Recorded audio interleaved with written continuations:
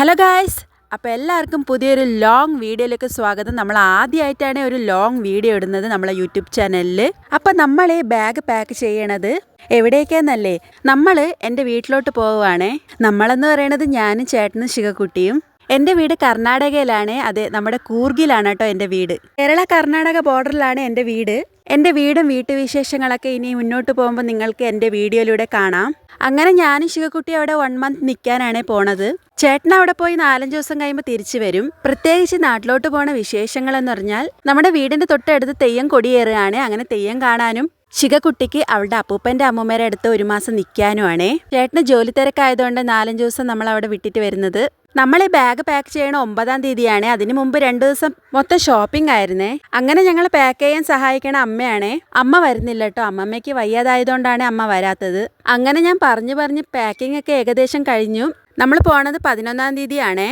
12-ന് 9 മണിയൊക്കെ ആകുമ്പോൾ നമ്മൾ അവിടെ എത്തും. അങ്ങനെ ഞങ്ങൾ ഡിസംബർ 1-നൊക്കെ ടിക്കറ്റ് എടുത്തായിരുന്നു.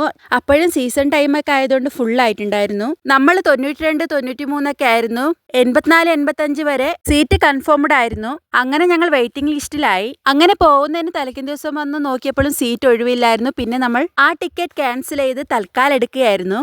ഈ ചായയൊക്കെ കുടിച്ചിരിക്കേണ്ട തൽക്കാലം എടുക്കാൻ വന്നതാണ് വെളുപ്പിന് 4 മണിയാകുമ്പോൾ. അങ്ങനെ ഞങ്ങൾക്ക് തൽക്കാൽ കൺഫേംഡ് ആയി. തൽക്കാൽ നമ്മൾ പോകുന്നതിന് തലേക്കും ദിവസമാണ് വന്നെടുക്കണത്.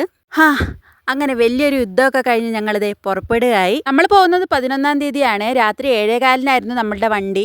അങ്ങനെ അമ്മയും നാത്തൂനും കൂടെയാണ് നമ്മൾ യാത്ര ചെയ്യാൻ വന്നത്. നമ്മൾ മലബാർ എക്സ്പ്രസ്സിനായിരുന്നേ പോകുന്നുണ്ടായിരുന്നത്. അധിക നേരമൊന്നും ട്രെയിൻ പിടിച്ചിട്ടിട്ടുണ്ടായിരുന്നില്ല. നമ്മൾ പെട്ടെന്ന് അകത്തോട്ട് കയറി ബാഗൊക്കെ സെറ്റ് ചെയ്ത് ഇരിക്കുകയായിരുന്നു. നമ്മളുടെ സീറ്റ് നമ്പർ 53-54 ആയിരുന്നു.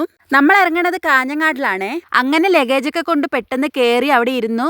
അവർക്ക് ടാറ്റ ബൈ ബൈ പറഞ്ഞ് ഞങ്ങൾ പോയി. അകത്തോട്ട് കയറിയിരുന്നപ്പോൾ ചായ വന്നിട്ടുണ്ടായിരുന്നു. അങ്ങനെ ചായയൊക്കെ കുടിച്ചു. സത്യം പറയാലോ, ഒട്ടും കൊള്ളൂലായിരുന്നു. അതാണ് ഈ മുഖത്ത് എക്സ്പ്രഷൻ ഇട്ടത്. അങ്ങനെ ആ ഒരു കോച്ചിൽ ആരും ഉണ്ടായിരുന്നില്ല, 2 പേരേ ഉണ്ടായിരുന്നുള്ളൂ. പിന്നെ ചിരിച്ചും കളിച്ചും വിൻഡോ സീറ്റിന്റെ അവിടെ പോയി കാഴ്ചകളൊക്കെ കണ്ടുപോയി. 8 മണിയൊക്കെ ആകുമ്പോൾ ആൾക്കാർ കൂടുന്നതിന് മുമ്പേ നമ്മൾ ഭക്ഷണമൊക്കെ കഴിച്ചായിരുന്നു. പിന്നെ അങ്ങോട്ട് റിസർവേഷൻ ചെയ്ത ആൾക്കാരൊക്കെ വരുന്നുണ്ടായിരുന്നു. നമ്മൾ നമ്മളെ സീറ്റിലങ്ങ് കിടക്കെ ഇരിക്കുകയൊക്കെ ചെയ്തു. ശിവകുട്ടിക്ക് ഉറക്കം വരാതെ കുറെ സമയം കളിച്ചോണ്ടൊക്കെ ഉണ്ടായിരുന്നു. പിന്നെ ശിവകുട്ടി ഉറങ്ങി. പിന്നെ ഞാൻ ഉണർന്നിരിക്കുമ്പോൾ ചേട്ടൻ ഉറങ്ങും ഞാൻ ഉണർന്നിരിക്കും, കുട്ടിയുള്ളതുകൊണ്ട്. പിന്നെ രാത്രി ലൈറ്റൊക്കെ ഓഫ് ആക്കിയതുകൊണ്ട് അധികം വീഡിയോസ് ഒന്നും എടുത്തില്ല. അങ്ങനെ 2 പേരും മാറിയും തിരിഞ്ഞും കിടന്ന് നേരം വെളുപ്പിച്ചു. രാത്രി മൊത്തം ചേട്ടൻ കിടന്ന് വെളുപ്പിനാണ് ഞാൻ കിടന്നത്. അങ്ങനെ നേരം വെളുത്തപ്പോഴത്തേക്കും കണ്ണൂരെത്തി. കണ്ണൂർ കഴിഞ്ഞ് ഒരു 7-8 സ്റ്റോപ്പ് കഴിഞ്ഞിട്ടാണ് കാഞ്ഞങ്ങാട്. കണ്ണൂർ കഴിഞ്ഞാൽ അങ്ങോട്ട് നല്ല ബ്യൂട്ടിഫുൾ വ്യൂ ആയിരുന്നു. നെൽകൃഷിയൊക്കെ കാണാൻ നല്ല ഭംഗിയായിരുന്നു. കവുങ്ങും തെങ്ങും എല്ലാം നല്ല ബ്യൂട്ടിഫുൾ വ്യൂ ആയിരുന്നു. പിന്നെ സൺലൈറ്റും കൂടെ അടിക്കുന്നുണ്ട്. പിന്നെ ഒട്ടും രക്ഷയില്ല, അടിപൊളിയായിരുന്നു. അങ്ങനെ ആ കാഴ്ചകളൊക്കെ കണ്ടോണ്ട് പോകുമ്പോൾ ശിവകുട്ടി എണീറ്റിട്ടുണ്ട്. അവളും ഉറങ്ങിയെങ്കിലും അവൾക്കും അത്ര ഉറക്കമൊന്നും ശരിയായിട്ടില്ല.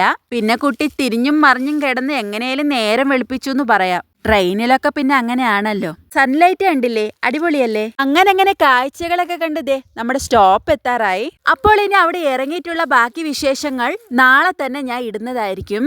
നിങ്ങളുടെ എല്ലാവരും സപ്പോർട്ടും സബ്സ്ക്രൈബും ലൈക്കും കമന്റും വേണേ. Okay, by.